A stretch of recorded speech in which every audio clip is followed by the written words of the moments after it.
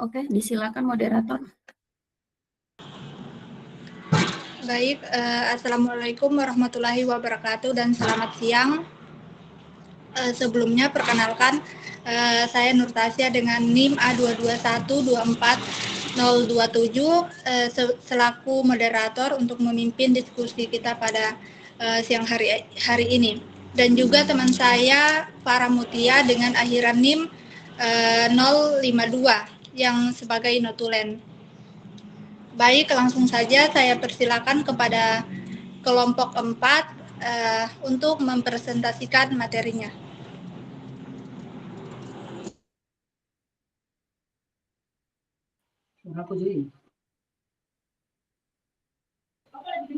Baik, terima kasih moderator.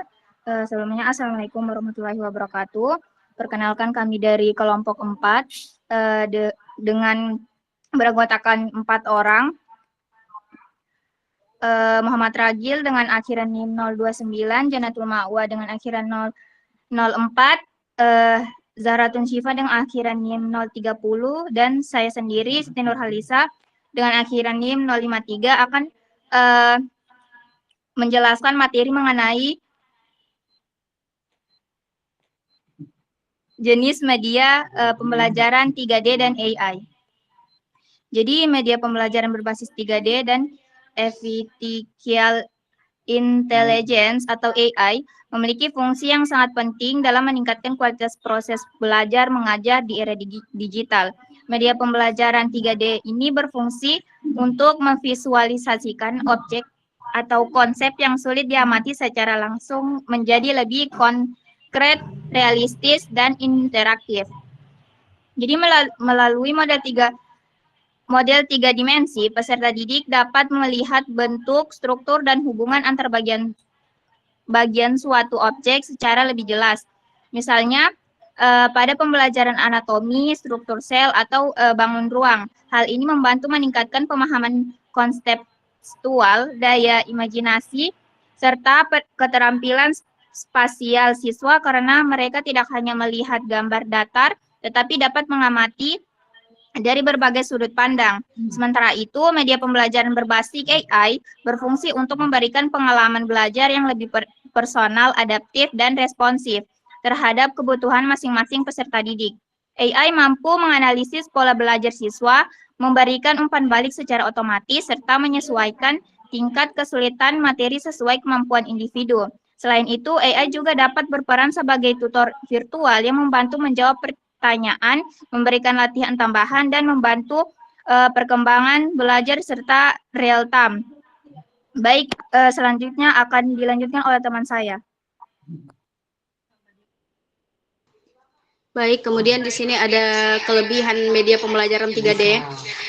Kelebihan media pembelajaran 3D terletak pada kemampuannya menghadirkan visualisasi yang lebih nyata, konkret, dan interaktif dibandingkan media 2 dimensi. Dengan tampilan 3 dimensi, peserta didik dapat melihat objek dari berbagai sudut pandang, sehingga membantu meningkatkan pemahaman konsep yang bersifat abstrak, seperti struktur organ, tubuh, molekul, bangun ruang, atau sistem tata surya. Media 3D juga mampu meningkatkan daya tarik dan motivasi belajar karena tampilannya lebih menarik dan mendekati kondisi nyata. Sementara itu, kelebihan media pembelajaran berbasis artificial intelligence terletak pada sifatnya yang adaptif dan personal. AI mampu menyesuaikan materi dan tingkat kesulitan sesuai dengan kemampuan masing-masing peserta didik, sehingga proses belajar menjadi lebih efektif dan tidak seragam untuk semua siswa. AI juga dapat memberikan umpan balik secara cepat dan otomatis, membantu guru dalam menganalisis perkembangan belajar, serta menghemat waktu dalam proses evaluasi.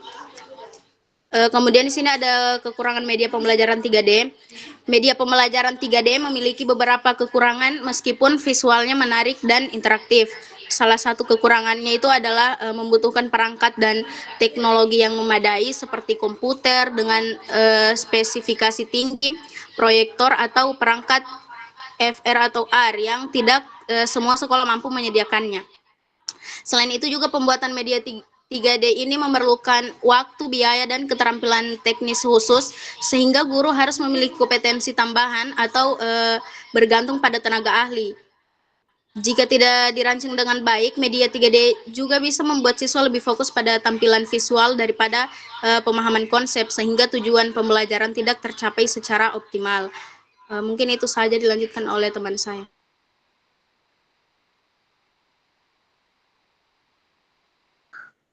Baik, selanjutnya contoh media pembelajaran 3 dimensi. Jadi, alat peraga sederhana seperti model sistem pernafasan manusia yang dibuat dari botol dan balon termasuk media pembelajaran 3D. Hal ini karena media tersebut memiliki bentuk 3 dimensi, panjang, lebar, dan tinggi, serta dapat memperlihatkan struktur dan mekanisme kerja secara nyata pada model tersebut. Jadi di botol itu, botol menggambarkan rongga dada, balon di dalam botol menggambarkan paru-paru, balon di bagian bawah menggambarkan diafragma. Ketika balon bagian bawah ditarik, balon di dalam botol mengembang sehingga siswa dapat melihat secara langsung proses inspirasi dan ekspirasi. Ini menunjukkan bahwa media tersebut tidak hanya berbentuk 3 dimensi, tetapi juga bersifat konkret dan demonstratif, sehingga membantu siswa memahami konsep yang abstrak menjadi lebih nyata. Jadi meskipun dibuat dari bahan bekas dan sederhana, alat peraga tersebut tetap termasuk media pembelajaran 3 dimensi karena memenuhi unsur visualisasi ruang dan struktur 3 dimensi. Baik, selanjutnya akan dilanjutkan oleh teman saya. Baik, materi terakhir itu contoh media pembelajaran berbasis AI atau Artificial Intelligence. Di sini kami mengambil contoh itu ChatGPT, di mana ChatGPT itu dirancang sistem AI yang dapat membantu proses belajar dengan memberikan penjelasan materi, menjawab pertanyaan, membuat rangkuman, menyusun soal, hingga membantu menyusun makalah atau tugas dalam konteks pendidikan. ChatGPT dapat berperan sebagai tutor virtual yang memberikan umpan balik cepat dan membantu siswa belajar secara mandiri kapan saja dan di mana saja. Namun ChatGPT bukan pengganti guru. Peran ChatGPT lebih sebagai pendukung pembelajaran saja, sedangkan guru tetap memiliki peran utama dalam membimbing, memotivasi, serta memahami aspek emosional dan karakter siswa yang tidak sepenuhnya bisa dilakukan oleh AI. Jadi, ChatGPT bisa dikategorikan sebagai salah satu contoh media pembelajaran AI yang bersifat adaptif dan interaktif. Mungkin hanya itu yang bisa kami jelaskan dari kelompok 4. Saya kembalikan kepada moderator. Terima kasih.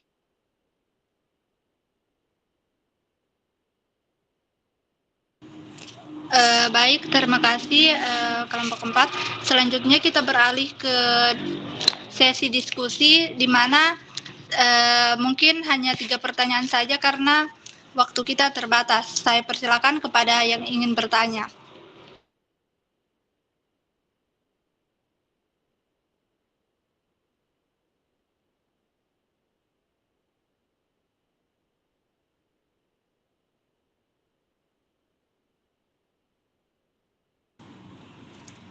Baik, saya persilakan kepada Nur Fadia Putri. Baik, terima kasih moderator atas kesempatannya. Jadi di satu sisi media 3D ini kan memang efektif untuk meningkatkan minat belajar karena tampilannya yang menarik. Namun yang ingin saya tanyakan, bagaimanakah strategi yang tepat agar penggunaan media 3D ini tetap mendorong proses berpikir kritis, bukan hanya sekedar untuk membuat siswa ini terpukau secara visualnya. Mungkin itu yang bisa saya tanyakan. Saya kembalikan ke moderator. Terima kasih. Baik, terima kasih. Selanjutnya saya persilakan kepada Nikarik Ayu. Baik, terima kasih moderator atas kesempatan yang diberikan kepada saya. Saya ingin bertanya terkait dengan jenis media pembelajaran AI. Tadi pemateri juga sudah jelaskan dan memberikan contoh yaitu ChatGPT, di mana katanya ChatGPT ini bisa membantu kemandirian siswa dalam belajar.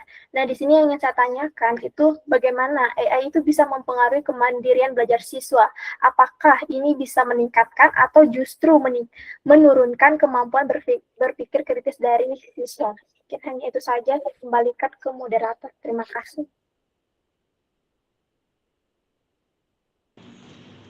Baik, terima kasih. Tadi saya lihat ada Marsya juga yang mengangkat tangan. Saya persilakan kepada Marsya. Baik, sebelumnya terima kasih moderator. Perkenalkan, nama saya Marsya dengan akhiran NIM 080. Jadi langsung saja pertanyaan saya itu, apakah aksesibilitas AI yang bisa digunakan kapan saja dan di mana saja berisiko menciptakan kesenjangan baru bagi siswa yang memiliki keterbatasan perangkat atau koneksi internet? Mungkin hanya itu yang dapat saya tanyakan. Saya kembalikan ke moderator. Terima kasih. Baik, terima kasih. Saya rasa cukup untuk yang bertanya karena sudah ada 3 pertanyaan. Selanjutnya saya kembalikan kepada pemateri untuk mencari jawaban.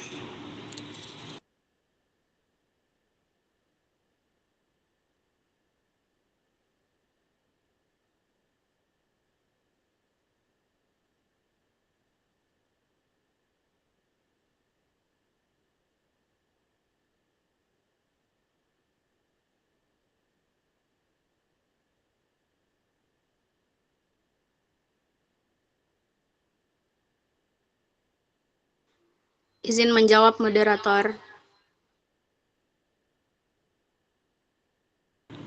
Baik, saya persilakan. Baik, di sini saya menjawab pertanyaan dari Nurfadia Putri yang dimana pertanyaannya itu bagaimana strategi yang tepat agar penggunaan media 3D tetap mendorong proses berpikir kritis, bukan sekedar membuat siswa terpukau secara visual. Jadi agar penggunaan media 3D tetap mendorong berpikir kritis, guru perlu merancang pembelajaran yang tidak hanya menekankan aspek visual, tetapi juga analisis dan refleksi. Media 3D sebaiknya disertai pertanyaan pemantik, tugas pemecahan masalah, diskusi kelompok, atau proyek berbasis investigasi. Dengan demikian, siswa tidak hanya terpukau oleh tampilan visual, tetapi juga terdorong untuk mengamati, membandingkan, menyimpulkan, dan mengevaluasi informasi yang ditampilkan. Strategi ini juga membuat media 3D menjadi sarana pendukung proses berpikir tingkat tinggi, bukan sekedar hiburan visual. Mungkin itu saja, saya kembalikan kepada moderator. Terima kasih. Baik, terima kasih. Apakah masih ada dari teman pemateri? Izin menambahkan moderator. Baik, saya persilakan. Baik, terima kasih. Langsung saja saya akan menambahkan pertanyaan dari Nurfadia Putri. Langsung saja, jadi agar media 3D tidak hanya membuat siswa terpukau secara visual, guru perlu menggunakan secara terarah. Misalnya, setelah melihat media 3D, siswa diminta menganalisis, menjelaskan kembali dengan kata-kata sendiri, membandingkan dengan konsep lain, atau memecahkan masalah berdasarkan visual tersebut. Jadi media 3D dijadikan alat bantu untuk diskusi dan memecahkan masalah, bukan sekedar tontonan yang menarik. Baik, itu saja yang saya bisa tambahkan. Saya kembalikan kepada moderator. Terima kasih. Baik, terima kasih Siti Nurhalisa. Saya rasa cukup untuk tambahan dari pemateri. Selanjutnya saya lempar ke forum. Apakah ada yang ingin menambahkan? Saya persilakan. Izin menambahkan moderator. Baik, silakan Mutia. Baik, di sini saya ingin menambahkan sedikit pertanyaan dari Nurfadia, yang mana pertanyaannya bagaimana strategi yang tepat agar penggunaan media 3 dimensi tetap mendorong proses berpikir kritis, bukan sekedar membuat siswa terpukau secara visual. Jadi agar penggunaan media 3 dimensi tetap mendorong proses berpikir kritis, guru perlu merancang strategi pembelajaran yang berpusat pada aktivitas, analisis, dan eksplorasi, bukan hanya pada tampilan visualnya. Media 3 dimensi sebaiknya disertai pertanyaan pemicu, tugas pemecahan masalah, diskusi kelompok, atau proyek berbasis investigasi. Dengan demikian, siswa tidak hanya terpukau oleh visualisasi, tetapi juga diajak untuk menginterpretasikan informasi, menarik kesimpulan, serta menghubungkan konsep dengan konteks nyata. Perencanaan pembelajaran yang terstruktur dan reflektif akan memastikan media 3 dimensi berfungsi sebagai sarana penguatan pemahaman dan kemampuan berpikir tingkat tinggi. Baik, mungkin itu saja tambahan dari saya. Saya kembalikan kepada moderator. Baik, terima kasih Mutia. Apakah masih ada dari forum? Izin menambahkan moderator. Baik, saya persilakan Atifa. Baik, saya sedikit menambahkan terkait pertanyaan Fadia. Jadi langsung saja, agar media 3 dimensi benar-benar mendorong berpikir kritis, penggunaannya perlu diintegrasikan dengan metode pembelajaran yang menuntut partisipasi aktif siswa. Salah satu caranya adalah dengan menerapkan pembelajaran berbasis proyek, di mana siswa tidak hanya mengamati model 3D, tetapi juga diminta memanfaatkannya untuk memecahkan masalah atau merancang solusi tertentu. Guru juga dapat memberikan tugas analitis, seperti meminta siswa menjelaskan hubungan sebab akibat dari suatu proses yang divisualisasikan, atau mengidentifikasi kemungkinan kesalahan persepsi dari tampilan tersebut. Mungkin itu saja tambahan dari saya kembalikan ke moderator. Terima kasih. Baik, terima kasih Atifa. Saya rasa cukup untuk tambahan dari forum. Selanjutnya saya kembalikan kepada penanya, apakah sudah bisa dimengerti? Baik, terima kasih kepada moderator, terima kasih kepada teman-teman pemateri dan teman-teman forum yang telah menjawab dan menambahkan pertanyaan dari saya. Jadi saya sudah paham dan dapat saya simpulkan bahwa agar penggunaan media 3D ini tetap mendorong proses berpikir kritis siswa dan bukan sekedar membuat siswa ini terpukau secara visual saja, maka kuncinya itu bukan pada seberapa menarik media 3D itu ditampilkan, tetapi bagaimana guru ini bisa merancang aktivitas belajarnya. Membuat media 3D ini memang kuat secara visual dan bisa membuat siswa ini terkesan, tetapi agar tidak berhenti pada rasa kagum saja, perlu disertai dengan pertanyaan-pertanyaan pemantik dan tugas yang menuntut analisis. Jadi media 3D ini sebaiknya diposisikan sebagai alat untuk membuka rasa ingin tahu, sementara proses berpikir kritisnya dibangun melalui diskusi, refleksi, atau problem solving yang dirancang oleh guru itu sendiri. Mungkin itu yang bisa saya simpulkan. Terima kasih, kembalikan ke moderator. Baik, terima kasih Nur Fadia Putri. Jadi selanjutnya saya persilakan kepada teman pemateri untuk menjawab pertanyaan yang lain.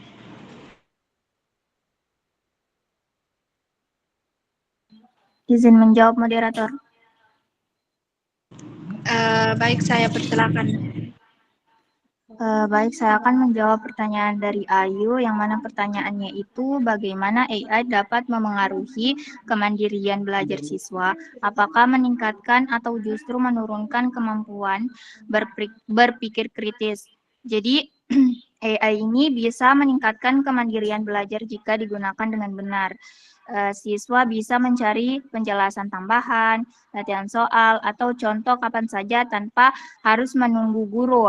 Ini juga membantu mereka belajar lebih mandiri. Namun, jika AI hanya digunakan untuk mencari jawaban instan tanpa dipahami, justru bisa menurunkan kemampuan berpikir kritis. Jadi, dampaknya tergantung cara penggunaannya. Jika siswa tetap diminta menganalisis, membandingkan, dan mengevaluasi informasi dari AI, maka berpikir kritis tetap berkembang. Baik, itu saja yang bisa saya jawab. Saya kembalikan kepada moderator. Terima kasih.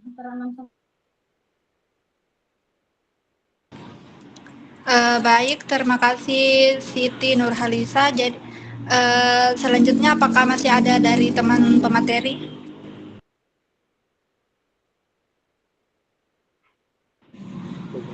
Baik, pada Muhammad Turagil, saya persilakan. Baik, terima kasih kepada moderator. Di sini saya sedikit menambahkan pertanyaan dari Ayu, bagaimana AI dapat mempengaruhi kemandirian belajar siswa? Apakah meningkatkan atau justru menurunkan kemampuan berpikir kritis? Betul sudah tadi yang dikatakan oleh teman saya, tergantung cara penggunaannya. AI dapat meningkatkan kemandirian jika dapat membantu eksplorasi berbagai sudut pandang dalam suatu topik. AI juga bisa menurunkan kemampuan berpikir kritis apabila hanya digunakan untuk menyalin jawaban tanpa memahami isi materi tersebut dan mengandalkan AI untuk menyelesaikan semua tugas dan tidak melakukan verifikasi atau refleksi terhadap jawaban AI tersebut. Maka siswa bisa menjadi kurang mandiri dan terbiasa menerima jawaban instan tanpa proses analisis. Mungkin hanya itu yang bisa saya tambahkan. Saya kembalikan pada moderator. Terima kasih. Baik, terima kasih. Apakah masih ada?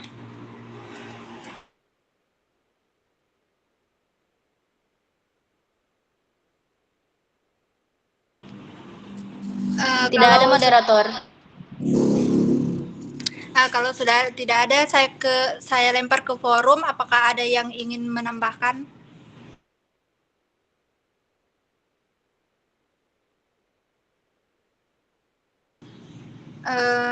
Kepada Faisal, saya persilakan. Oke, baik. Terima kasih moderator atas kesempatannya. Saya izin menambahkan jawaban terkait pertanyaan dari Nikadek Ayu. Jadi langsung saja, AI itu memang dapat mempengaruhi kemandirian belajar siswa di dalam dua arah, tergantung bagaimana digunakan, bagaimana kita menggunakan AI tersebut dalam proses pembelajaran. Nah, jika AI ini dimanfaatkan sebagai alat bantu untuk mengeksplorasi materi, mencari sudut pandang yang berbeda, dan menguji pemahaman, maka kemandirian belajar itu memang bisa meningkat karena siswa terdorong untuk aktif bertanya, membandingkan informasi, dan menarik kesimpulan. Dalam kondisi ini, kemampuan berpikir kritis ini justru berkembang. Namun, jika AI ini hanya digunakan untuk memperoleh jawaban-jawaban instan tanpa proses memahami, menganalisis, atau mengevaluasi, maka hal-hal yang tadi itu yang kita harapkan dapat membangkitkan berpikir kritisnya siswa itu malah menurunkan kemampuan berpikir kritis karena siswa itu menjadi bergantung dan kurang terlatih dalam menyusun argumen secara mandiri. Baik, itu saja yang dapat saya tambahkan. Saya kembalikan ke moderator. Terima kasih. Baik, terima kasih Faisal. Selanjutnya saya persilakan kepada Risti untuk menambahkan jawaban. Baik, terima kasih moderator. Sebelumnya perkenalkan nama saya Rizky Yolanda dengan akhiran NIM 129. Jadi langsung saja saya menambahkan secara ideal AI itu bisa memperkuat kemandirian siswa seperti yang sudah dikatakan teman-teman tadi. Jadi tidak lagi sepenuhnya bergantung pada guru sebagai satu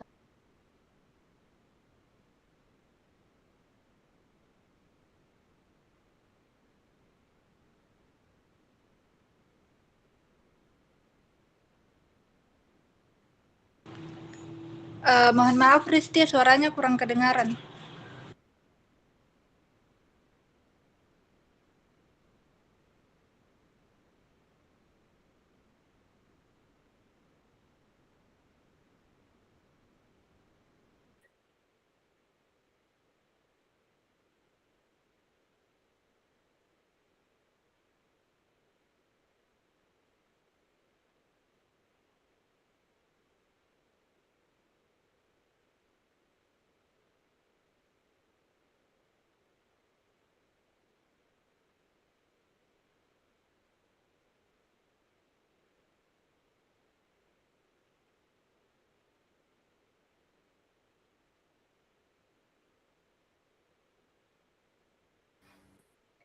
Moderator, kayaknya Risti dia terkeluar deh, jaringannya tidak bagus.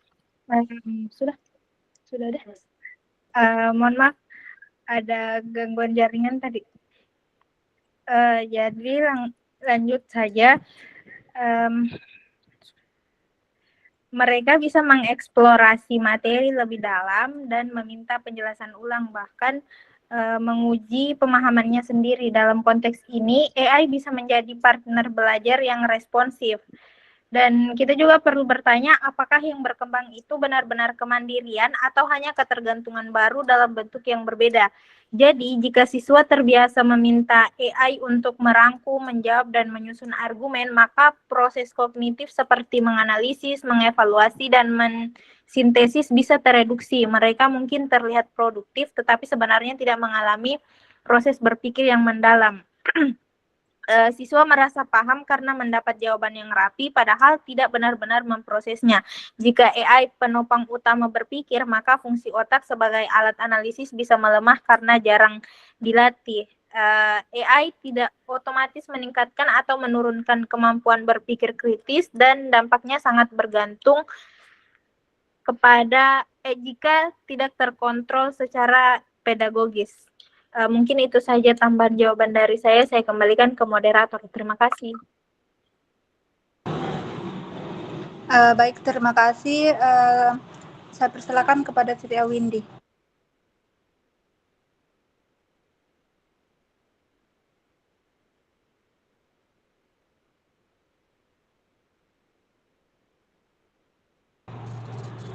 Mohon maaf Siti Awindi, suaranya tidak kedengaran.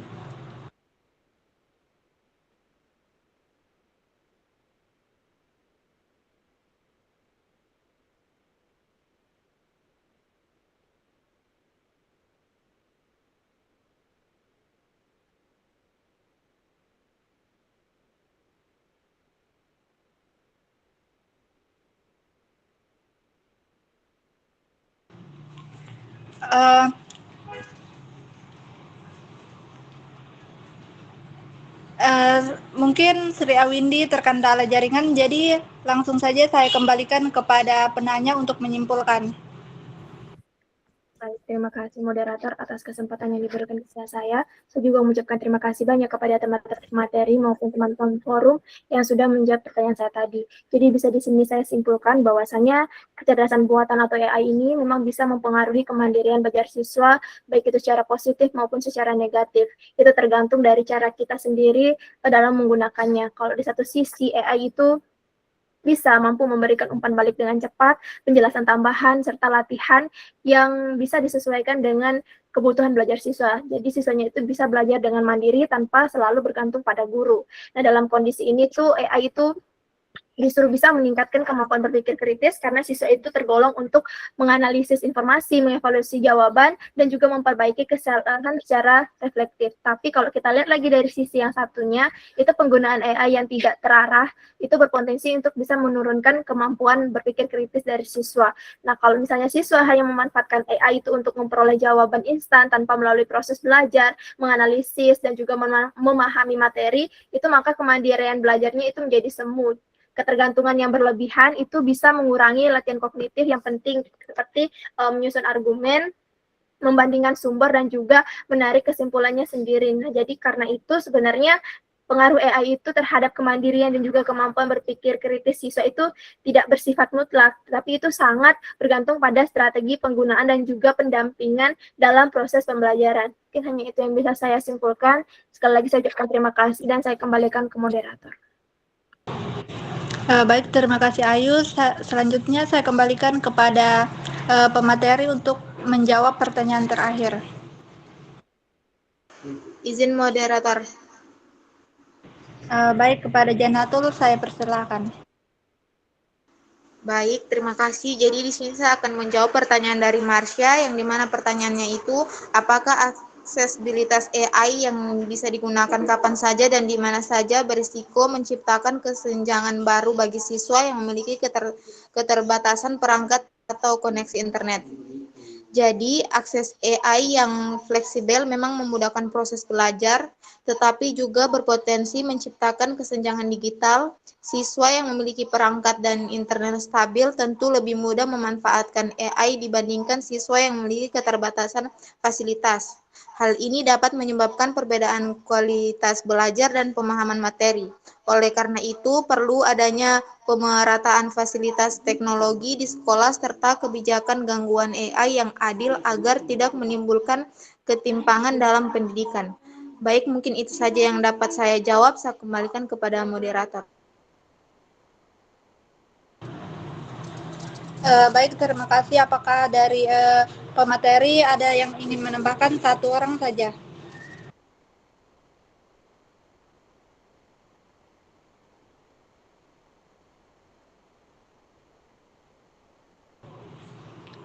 Jika tidak ada, saya lempar ke forum.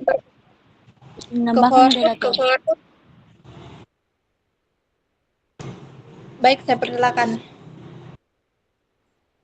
Baik, terima kasih moderator atas kesempatannya. Di sini saya menambahkan sedikit jawaban dari pertanyaannya Mas, yang dimana pertanyaannya itu apakah aksesibilitas AI berisiko menciptakan kesenjangan baru bagi siswa dengan keterbatasan perangkat atau internet. Jadi meskipun AI dapat diakses kapan saja dan di mana saja, dalam praktiknya tidak semua siswa memiliki perangkat atau koneksi internet yang memadai.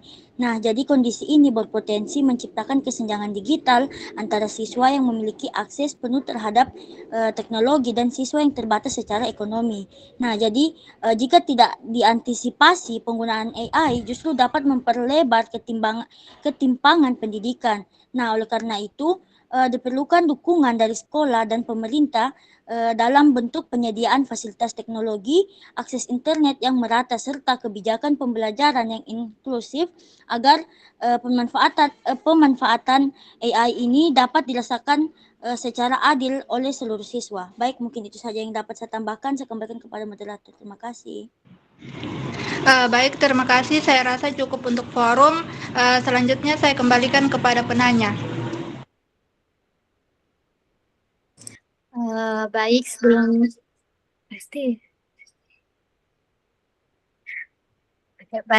sebelumnya terima kasih kepada moderator dan terima kasih kepada pemateri dan juga tambahan dari forum. Jadi yang dapat saya simpulkan, aksesibilitas AI yang bisa digunakan kapan saja, di mana saja, dapat menimbulkan dapat berisiko menimbulkan kesenjangan baru. Jadi siswa yang memiliki perangkat dan koneksi internet yang baik dapat memanfaatkan AI untuk belajar lebih efektif. Sementara pada siswa dengan keterbatasan alat atau jaringan akan sulit mengakses sumber belajar yang sama. Jadi hal ini bisa membuat perbedaan kesempatan belajar semakin lebar, sehingga perlu perhatian agar semua siswa dapat mengakses teknologi pendidikan secara adil. Mungkin hanya itu yang dapat saya simpulkan. Saya kembalikan ke moderator. Terima kasih. Baik, terima kasih. Selanjutnya saya berikan kepada Ibu untuk memberikan penguatan.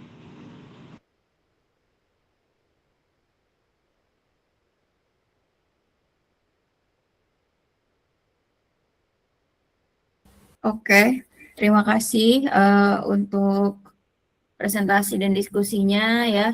Hari ini kita berkenalan lagi dengan media yang baru ya. Jadi sudah ada berapa ya? Sudah ada 6 ya media pembelajaran yang kalian kenalin sekarang ya. Sehingga harusnya kalian sudah bisa punya banyak pilihan ya, opsi-opsi terkait apa saja sih yang bisa ya kalian nanti kembangkan ya untuk sesi kedua di tugas akhir kalian ya. Tadi saya mau konfirmasi dulu untuk notulennya itu siapa? Farah kah? Farah Mutia, Ibu. Oh iya, itu berarti ya. Oke, saya mau tampilkan dulu untuk materi hari ini, tapi sebelum itu saya ke Excel-nya dulu ya, seperti biasa. Jadi saya akan tampilkan layarnya aja ya, biar enak gitu, nggak gonta-ganti screen ya. Masih loading. Kalau di sini sudah ya. Ya, semoga bisa kelihatan ya untuk progres nilai ya untuk 3 pertemuan yang sudah dilewatin ya. Nggak kerasa adik-adik kita sudah di pertemuan kelima ya. Itu artinya berarti hanya tinggal beberapa pertemuan lagi kita belajar bareng-bareng ya, dan kalian sebenarnya juga sudah bisa monitoring mandiri ya nilai kalian seperti apa ya di setiap pertemuannya, baik itu mind map dan juga keaktifan. Sekali lagi, kalau misalkan saya keliru tolong kasih tahu saya ya. Jadi yang pekan lalu sepertinya ada kesalahan juga ya. Jadi saya sudah perbaiki. Nah, kalau misalkan masih ada, tolong bisa kasih tahu ke saya biar kita saling saling mengingatkan satu sama lain gitu ya. Karena tentunya mungkin saja saya ada kekeliruan juga gitu ya. Oke, ini sudah saya tampilkan ya. Selanjutnya kita ke bagian tambahan materi ya. Jadi tadi sudah betul Farah ya. Jadi nanti silakan Farah bisa kirimkan notulensinya jika sudah selesai di grup WA. Nah, ini adik-adik untuk tambahan materinya. Oh ya, untuk keaktifannya sudah saya catat juga. Nanti saya akan sesuaikan dengan notulensi ya. Untuk mencocokkan, siapa tahu ada yang kelewat ya. Nah, untuk materi hari ini tema kita yaitu media 3 dimensi dan media AI. Kalian bisa lihat nanti di bagian sini ya, di mind map itu sesuaikan dengan temanya. Jadi kalian tuliskan definisi atau ciri-ciri bedanya mereka berdua apa, kelebihan kekurangan, dibedakan kotaknya ya, jangan disamakan fungsinya dan juga mungkin contohnya gitu ya. Kemudian pengerjaannya saya tambahkan 10 menit menjadi 14.50. Jadi akses upload untuk Google Drive untuk tugas Mind Map Meet 5 itu kalian kirim di folder Mind Map Meet 5 ya, dan hanya di jam 2.50 gitu ya. Itu mohon diperhatikan. Nah, saya akan menambahkan di sini ya untuk materinya. Adik-adik di sini kalau kita menyimak presenter kelompok 4 itu sebenarnya sudah menampilkan ya contohnya, tapi itu tidak diperlihatkan. Misalkan kalau untuk yang 3 dimensi itu tadi mungkin kelihatan ya, tapi bagusnya sih sebenarnya itu di video, entah itu contoh dari Google yang kalian dapat atau mungkin dari produk asli yang sudah terdisplay di Prodi. Kalau misalkan yang sudah ada sebenarnya sih bisa divideokan gitu ya, untuk mungkin atau misalkan dipakai atau dipraktekkan gitu. Walaupun tadi sebenarnya udah dijelasin untuk yang 3D. Nah, tapi kalau untuk yang AI sama sekali mungkin hanya disebutin aja, padahal mungkin bisa aja kita explore. Misalkan kalau kita mau contohkan simulasi mau pakai AI ChatGPT itu gimana gitu. Walaupun semua dari kalian tahu ya, cuman bisa aja misalkan nanti prompt-nya itu ya sesuaikan dengan materi biologi misalkan, atau seolah-olah kita itu belajar di ChatGPT itu gimana gitu ya. Itu sebenarnya sih harusnya ditampilin gitu. Nah, ini untuk tambahannya. Jadi saya akan menambahkan apa yang mungkin belum ditambahkan oleh presenter kelompok 4. Mungkin tidak lengkap karena namanya juga tambahan, bukan hal baru tentunya ya. Itu sudah dijelaskan sebelumnya, jadi saya hanya menambahkan sedikit-sedikit aja. Dan mungkin contoh-contohnya banyak banget yang akan saya perlihatkan karena adik-adik punya privilege. Saya masuk di kelas terakhir untuk pekan ini, maksudnya dari mata kuliah desain di kelas-kelas lain itu saya sudah lewatin gitu ya di hari Senin, Selasa, Rabu. Jadi banyak contoh-contoh yang akan saya kasih lihat ke kalian karena mereka pun waktu jadi presenter itu mereka menampilkan contohnya gitu ya. Jadi kalian seperti kayak menabung banyak contoh-contoh dari mereka. Nah, pertama 3D ya. 3D itu media pembelajaran yang ciri khasnya itu kita punya experience dalam misalkan memperlihatkan sisi-sisi dari media itu gitu ya. Kalau 2 dimensi kan dia hanya berupa gambar aja, kita hanya melihat satu sisi depan aja ya. Sementara kalau 3 dimensi itu kita bisa lihat berbagai sisi gitu. Kita bisa pegang, apalagi kalau misalkan contohnya tadi dia jenis 3 dimensi yang nyata atau yang kita memang misalkan bikin media pembelajaran itu dari mungkin bahan bekas atau mungkin dari sesuatu yang kita rakit sendiri gitu ya. Tadi contoh misalkan alat peraga itu termasuk gitu ya. Jadi contohnya itu mungkin ada juga kalau kalian lihat display yang udah jadi produk yang sebelumnya di Prodi itu ada diorama ekosistem. Nah, itu juga masuk ke media 3 dimensi yang nyata gitu ya. Tapi berkembangnya teknologi yang sekarang semakin pesat, tentu ada transisi dari definisi 3 dimensi atau sebenarnya bukan hanya 3 dimensi nyata aja yang sekarang ada, tapi ada juga 3 dimensi yang virtual. Jadi tadi 3 dimensi nyata, nah yang ini yang sekarang ada juga 3 dimensi tapi yang virtual. Mungkin bedanya adalah yang satu bisa dipegang atau yang bisa dirakit langsung by tangan, handmade gitu ya. Yang satunya lagi ya kita rancang gitu ya di komputer kita gitu untuk menampilkan misalkan 3 dimensi yang virtual. Jadi kalau 3 dimensi virtual tentu kita nggak bisa pegang produknya ya secara langsung, tapi kita bisa memutar gitu. Misalkan media itu kita lihat sisi lainnya, kita lihat dalamnya gitu ya. Itu ternyata ada gitu. Jadi jenisnya bukan hanya 3 dimensi nyata tapi juga yang virtual.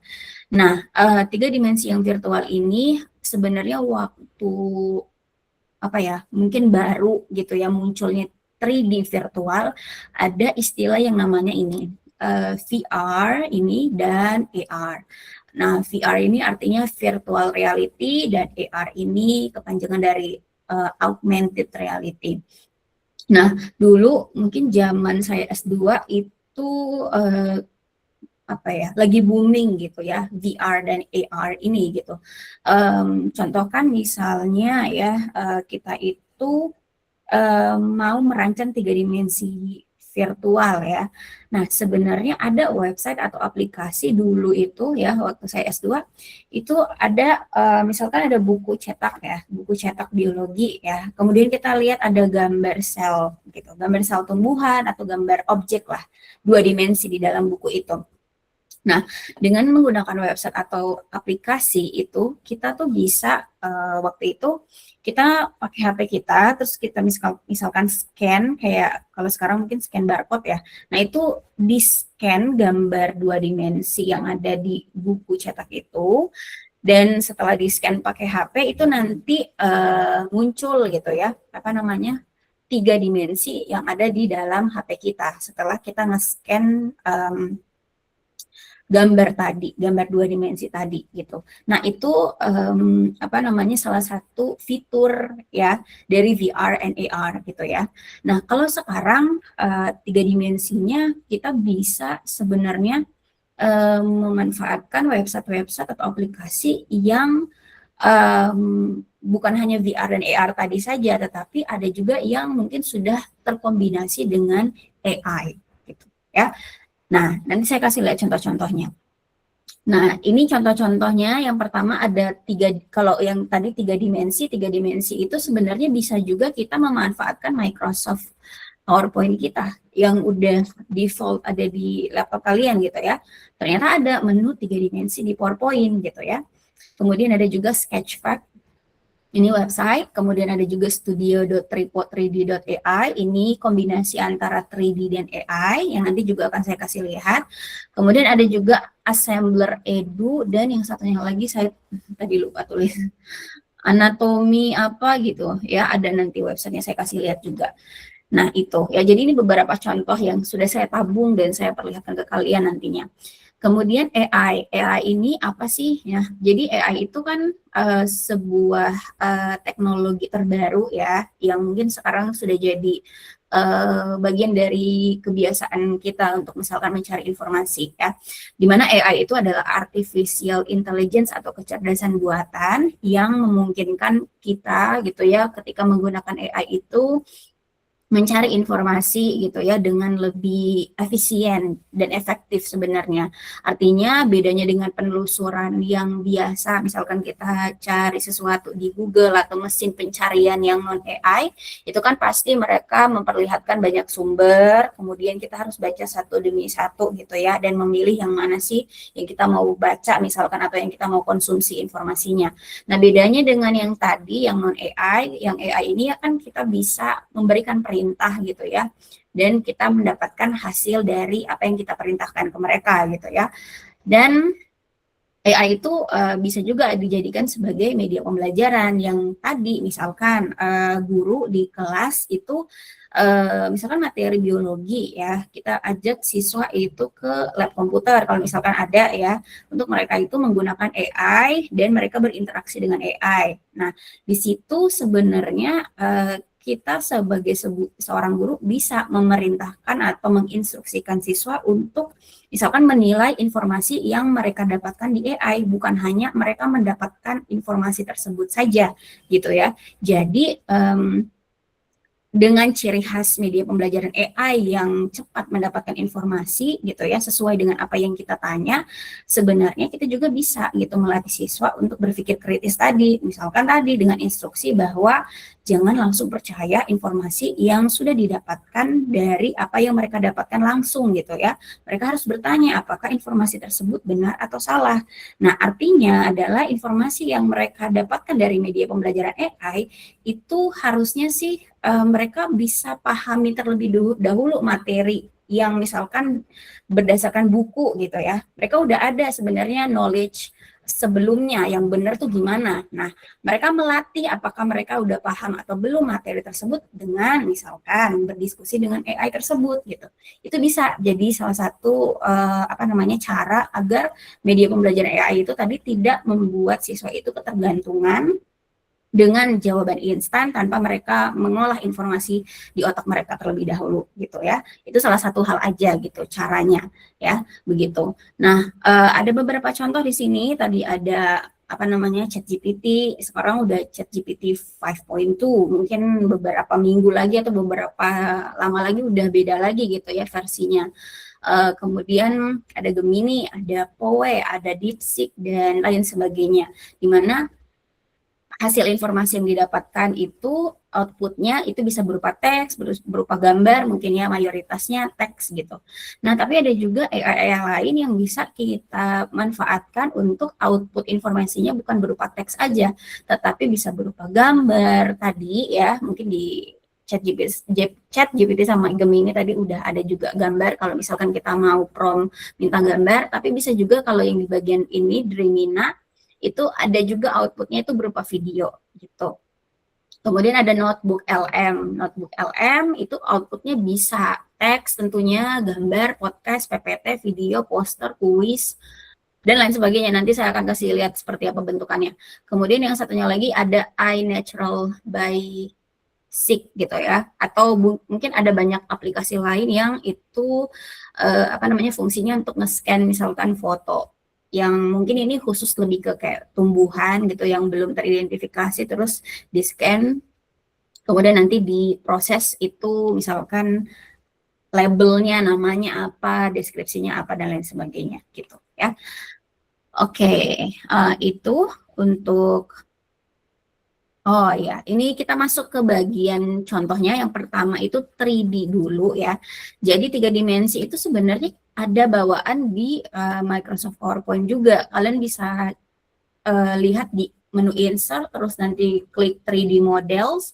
Di sini ada katalog atau stok yang tersedia gitu ya di PowerPoint itu sendiri gitu. Walaupun memang mungkin nanti kalian bisa bandingkan antar antar tempatnya, antar websitenya gitu ya. Kalau ini kan bawaan Microsoft, mungkin di website lain yang nanti saya akan perlihatkan, mungkin dia sama-sama 3 dimensi, tapi pasti ada ada keunikan sendiri gitu, ada perbedaan sendiri.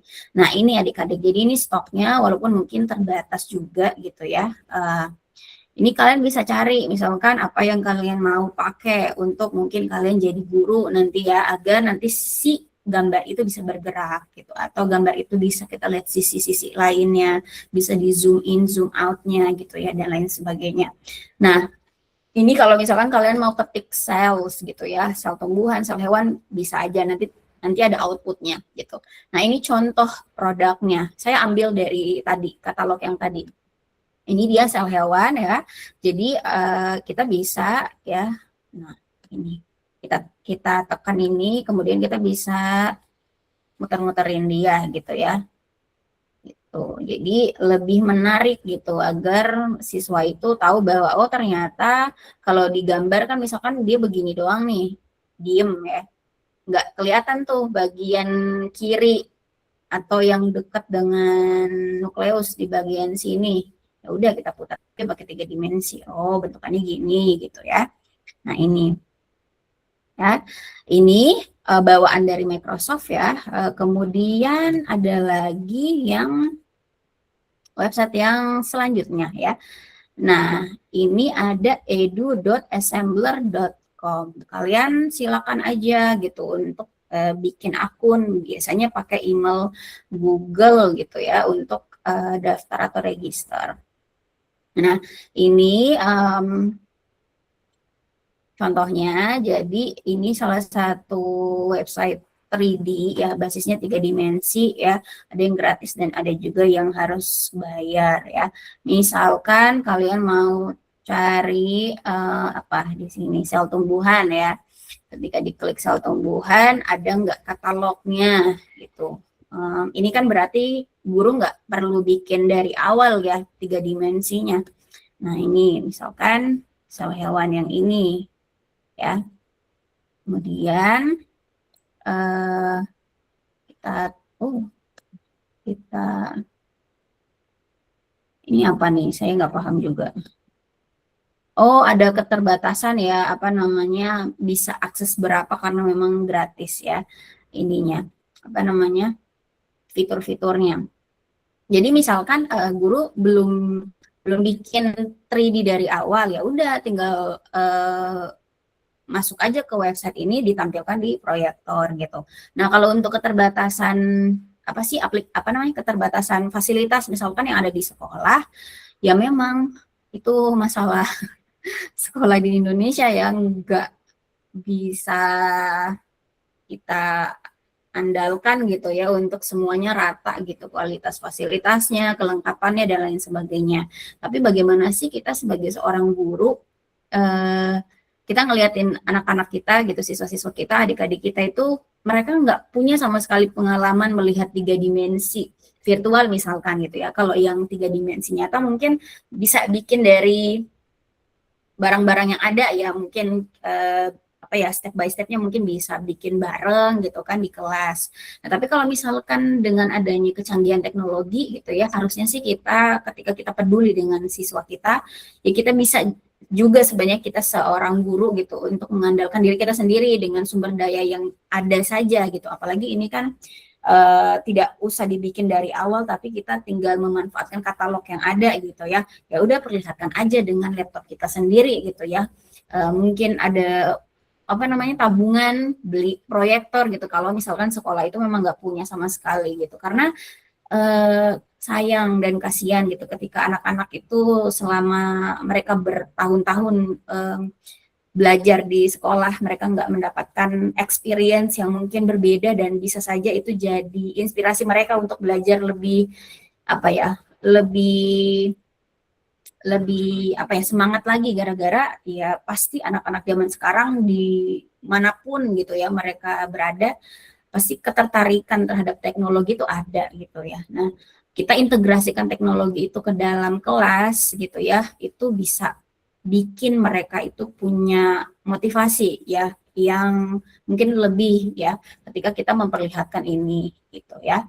Nah, ini salah satu contohnya ya. Jadi dia punya katalog dan di sini sudah ada labelnya, label apa namanya keterangannya gitu. Kita tinggal tampilin aja, oh misalkan ini sel tumbuhan. Kalau kalian lihat di buku cetak, bentukannya kan dia nggak bergerak. Nah, kalau di sini bergerak, kita coba lihat misalkan yang nukleus, risosom itu gimana gitu ya.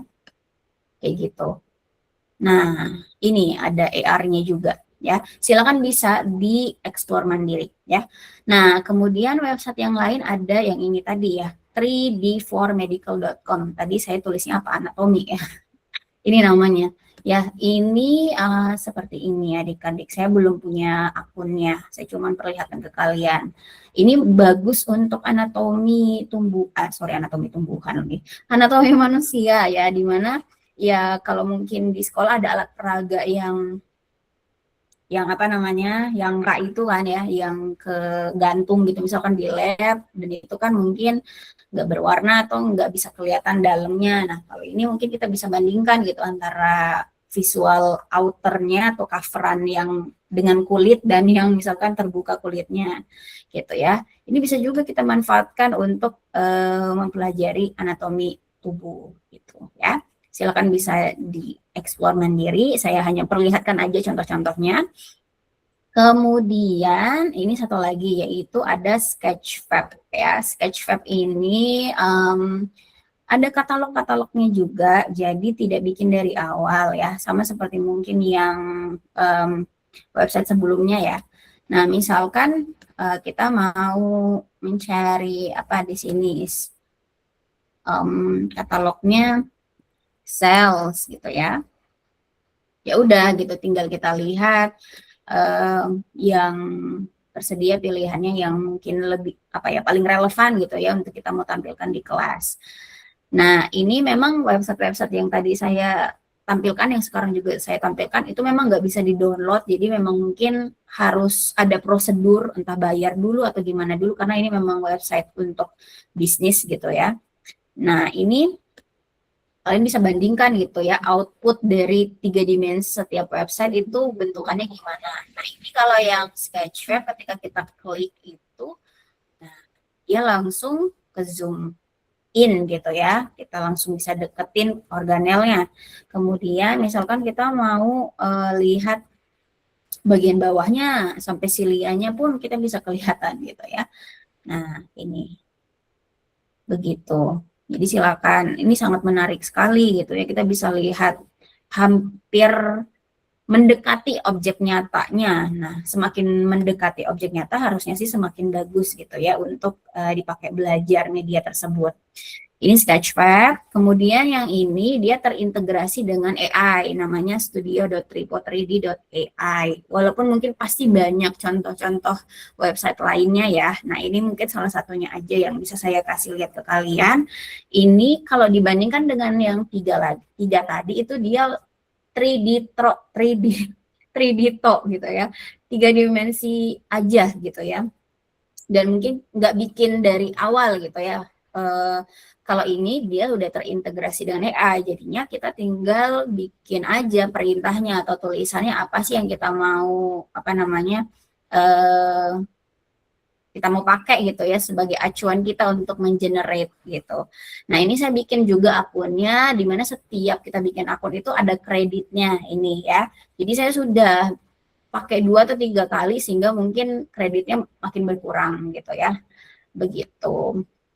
Jadi ini website bisnis juga, tapi ya bisa kita pakai untuk media pembelajaran. Misalkan kita mau bikin buatkan sel hewan yang terdiri dari, bisa juga pakai bahasa Indonesia ya, terdiri dari organel khas yang ada hanya di sel hewan dengan tampilan yang menarik dan nah, ya sudah, tinggal kita generate aja gitu ya, kita tunggu prosesnya untuk mengenerate itu gitu ya. Di sini ada beberapa yang sudah saya coba ini ya, seperti ini adik-adik sambil menunggu generate-nya. Ini yang udah tergenerate mungkin ya, yang kemarin-kemarin saya perlihatkan juga di kelas lain. Ini sel tumbuhan. Tapi ya memang karena memang butuh internet ya, butuh waktu ya untuk memproses. Nah ini, jadi hasilnya seperti ini adik-adik dia. Nanti tinggal edit aja kalau misalkan nggak sesuai, misalkan mana nih nukleusnya, ini kan nukleus nih. Coba edit lagi, misalkan nukleusnya atau yang ini misalkan dibuat bagaimana gitu ya, silakan bisa dieksplor. Begitu ya.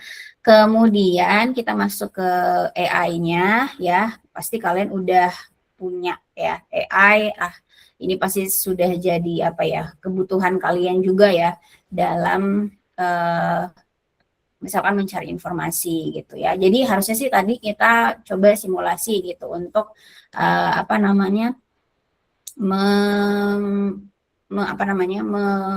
melakukan misalkan proses pembelajaran dengan AI gitu ya. Nah, ini AI, kemudian ada juga Gemini ya. Saya pakai AI, pakai Gemini, pakai apa lagi ya? Copilot dari Microsoft juga gitu ya. Ini ya, kalau di Gemini ini ada mungkin outputnya ada yang ini ya, yang berbeda ya. Ada bisa bikin video juga, mungkin ada bikin musik juga dan lain sebagainya ya. Nah, adik-adik perlu ketahui bahwa AI itu kan kita tetap harus punya kesadaran gitu ya, bahwa ketika kita menggunakan AI, kita harus tahu juga bahwa ada yang namanya copyright gitu atau hak cipta. Misalkan kita itu mau membuat media pembelajaran gitu ya, yang sumbernya kita pakai bantuan AI ya, kita tetap harus mencantumkan sumber gitu ya. Maka ketika kita dapat output yang kita minta, itu informasi yang kita minta, maka coba minta juga sumbernya, referensinya dari mana gitu ya. Dan coba juga untuk ngecek apakah apa yang kalian dapatkan dari output AI itu sinkron nggak dengan isi sumber yang dia sebutin gitu. Karena bisa aja dia halu juga gitu ya. Jadi kita tuh sebenarnya memang lebih efektif dan efisien dalam menggunakan apa ya, dalam misalkan memproses informasi gitu ya dengan AI, tapi ya bukan berarti kita men-skip, bahasa Indonesianya apa sih, langsung gitu ya, cepet instan maunya gitu, tanpa harus misalkan ngecek dulu gitu apakah benar atau tidak, apakah sesuai dengan sumbernya, referensinya atau tidak gitu ya. Nah setelah misalkan udah benar, udah sesuai dengan referensi yang dimaksud, maka ketika konten itu dijadikan sebagai media pembelajaran, isinya itu pasti tetap harus juga kita cantumkan, misalkan itu dari siapa. Misalkan ada nama penulisnya, ada tahunnya, ada judul bukunya, misalkan kalau itu buku gitu ya, maka di daftar pustaka kita ataupun ada kayak satu bagian misalkan di media pembelajaran kita gitu ya, yang itu nanti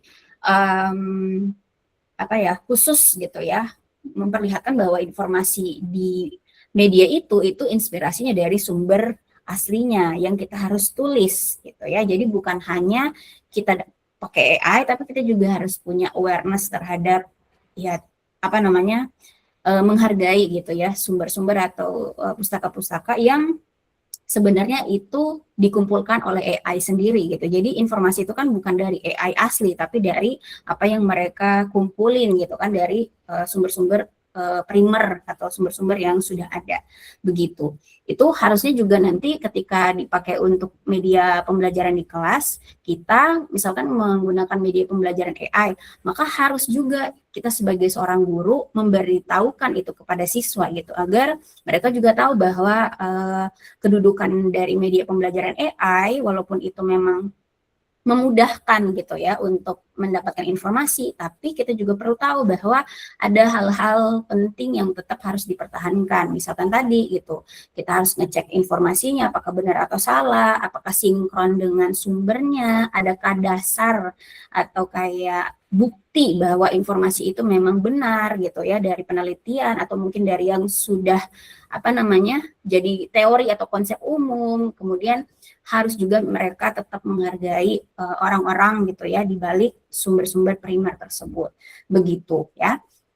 Nah, selanjutnya ada AI lain yaitu Dreamina. Dreamina ini bawaannya CapCut. Kalau tadi ChatGPT itu mungkin perusahaan sendiri gitu ya. Kemudian Gemini itu bawaan Google ya. Nah, kalau Dreamina ini bawaan CapCut.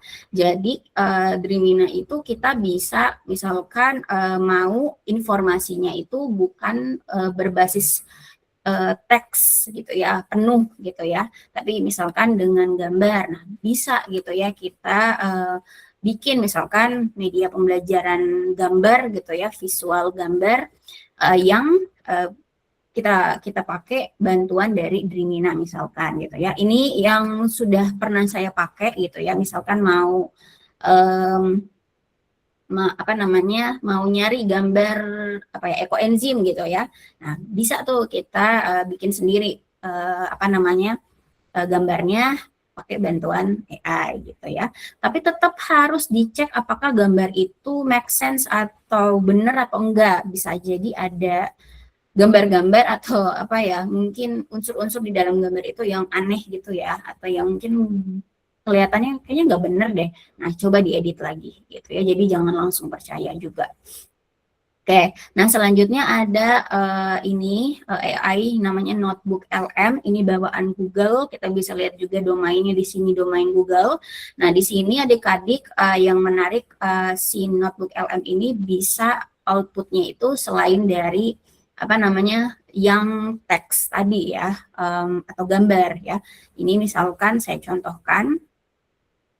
Ini kalau kalian lihat di sebelah kanan itu ada output yang kita bisa pilih, kita mau output itu apa gitu bentukannya ya, bisa berupa podcast, ringkasan, video, bisa peta konsep, bisa deck gitu ya atau kartu, kemudian bisa kuis, bisa poster, bisa PPT gitu ya. Nah, yang menarik dari Notebook LM ini ketika kita mau misalkan mendapatkan informasi ya, dia itu langsung meminta sumber gitu ya. Kalau AI lain kan kita tinggal ya kita dapat apa yang kita minta gitu ya, tanpa mungkin sumber gitu ya. Kalau yang ini itu yang di sebelah kiri kalian lihat itu sumber-sumber ya yang nantinya kita pakai misalkan. Jadi mereka itu menyediakan sumber terlebih dahulu, baru kita pilih sumber yang kita mau pakai untuk informasinya nanti tuh apa, dari sumber mana gitu ya. Nah, ini kalau misalkan semua nih dicentang dulu, baru nanti diimport dan nanti hasilnya yang ada di tengah ini gitu ya. Ini yang ada di tengah ya. Nah, setelah itu baru kita bisa bikin media pembelajaran misalkan atau output yang berbeda gitu. Jadi bedanya dengan media pembelajaran yang sebelumnya itu kan ada video, poster, apalagi kemarin tuh flipbook gitu ya.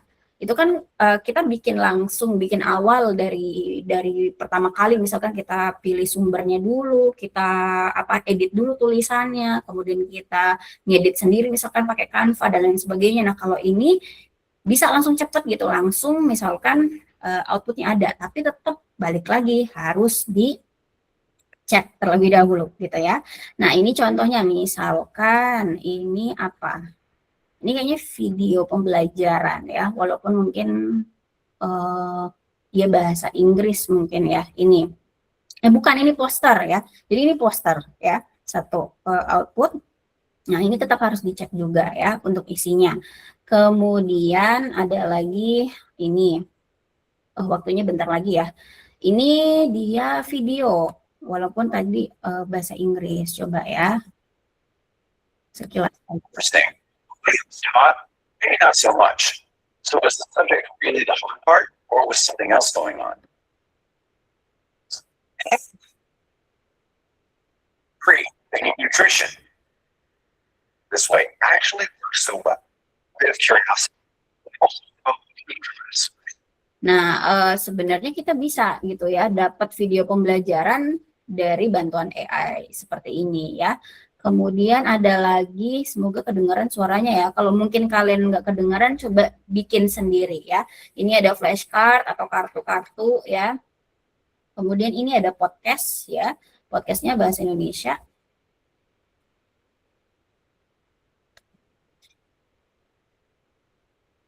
Ini PPT ya, PowerPoint.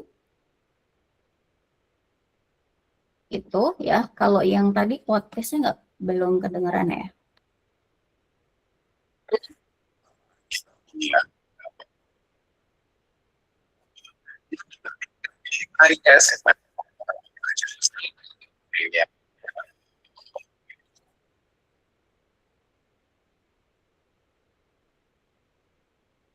Nah, itu sekilas aja. Jadi kita bisa gitu ya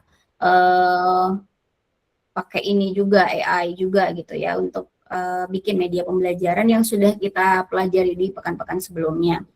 Nah, yang satu lagi nih, iNaturalist ya, untuk misalkan nge-scan foto-foto tumbuhan ataupun hewan atau makhluk hidup yang belum teridentifikasi. Tapi tetap harus dibandingkan dengan sumber aslinya gitu ya, untuk melihat kebenarannya. Satu lagi adik-adik, yaitu saya mau memperlihatkan ini walaupun sudah lewat ya dikit ya. Jadi ini salah satu produk yang dia melakukan penelitian ya, tugas akhirnya itu mengembangkan media pembelajaran 3D. 3D-nya itu yang nyata dan yang visual, yang virtual ya, tentang sel tumbuhan gitu ya. Dia menggunakan 3D yang ada di PPT gitu ya. Jadi yang tadi itu gitu. Nah, contohnya seperti ini. Masih loading ya. Oke, nah seperti ini adik-adik. Jadi kalau misalkan kita gerakin, geraknya patah-patah ya, karena saya ngambil, nah gitu. Jadi saya mungkin banyak yang saya buka jadi patah-patah, tapi kalau di sini sebenarnya enggak ya.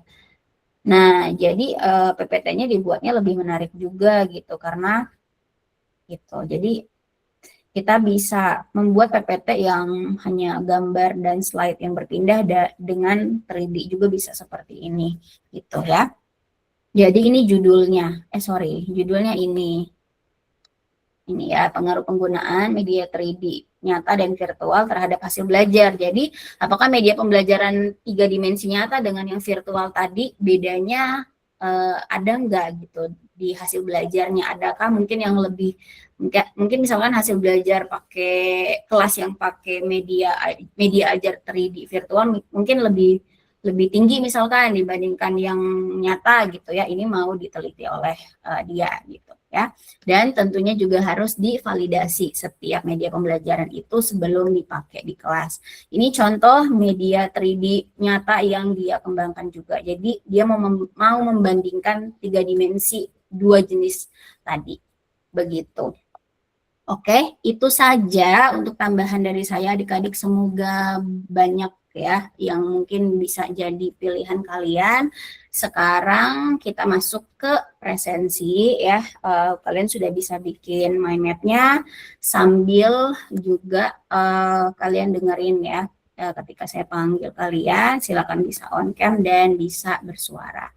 Begitu. Oke ya, ini pertemuan kelima, jadi temanya tentang media pembelajaran 3D dan AI. Untuk kelebihan, kekurangan, dan fungsinya, itu tadi mungkin implisit ya, yang saya jelaskan tidak secara gamblang atau langsung saya jelaskan. Oke, saya mulai ya untuk presensi. Echa Aditya Putri. Hadir Ibu. Vincentia Laura. Hadir Ibu. Elvina Aminarti. Hadir Ibu. Janatul Ma'wa. Hadir Ibu. Kadek Ayu Suryaningsih. Hadir Ibu.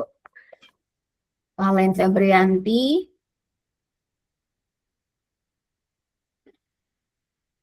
Nur Tasya. Hadir Ibu. Desa Putu Miradewi. Hadir Ibu. Muhammad Ragil. Hadir Ibu. Zahratun Syifa. Hadir Ibu. Sarah Mutia. Hadir Ibu. Oke, Siti Nurhaliza. Hadir Ibu. Sri Awindi.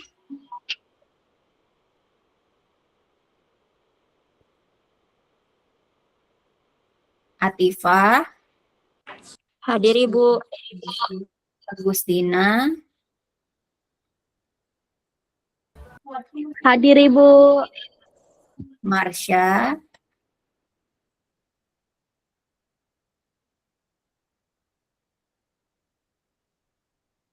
Mutia Raudatul Fatah, Hadir Ibu. Adel Triana Jufri,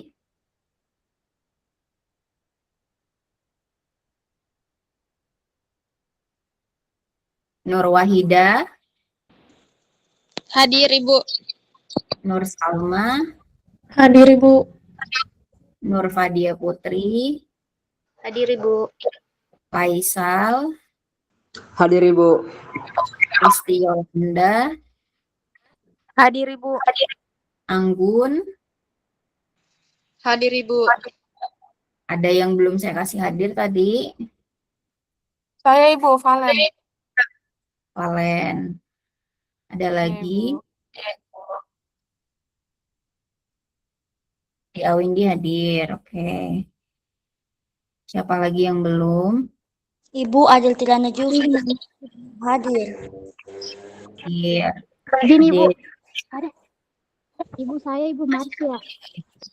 Oke, ada lagi yang belum? Oke, sudah semua ya, saya simpan.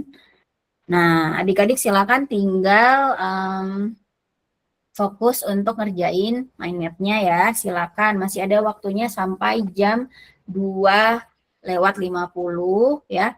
Begitu dulu untuk pertemuan hari ini. Terima kasih banyak sudah bergabung. Semoga bermanfaat ya pelajaran hari ini. Kita ketemu lagi di tanggal 11 Maret ya. Belum libur ya. Ya, oke. Assalamualaikum warahmatullahi wabarakatuh. Terima kasih. Waalaikumsalam warahmatullahi wabarakatuh.